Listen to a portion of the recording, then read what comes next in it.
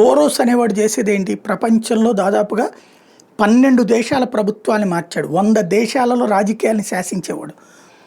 దానికి తగ్గట్టుగా ఆ దేశంలో తను పెట్టుబడులు పెట్టి వాళ్ళకి డబ్బులు ఇచ్చి ఆ డబ్బులతో అక్కడ రాజకీయాల్ని చక్రాలు తిప్పుతూ ఉండేవాడు. ఇప్పుడు అతనికి కూడా అర్థం కానిది ఏమైందంటే ఇప్పుడు కొత్త టెక్నాలజీస్ వచ్చేసినాయి. ఈ ఆధునిక టెక్నాలజీలో for example Elon Musk public opinion మేకింగ్కి సంబంధించిన ట్విట్టర్ని తన ఆధీనంలోకి తీసుకున్నాడు.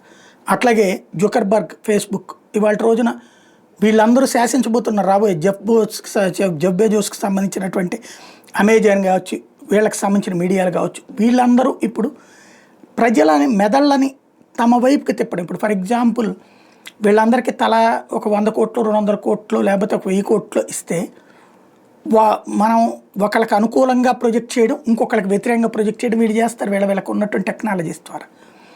సోరోస్ ఒకప్పుడు ఈ వామపక్ష భావజాలికులతో చేసిన పని ఇప్పుడు వాళ్ళందరూ చేస్తున్నారు.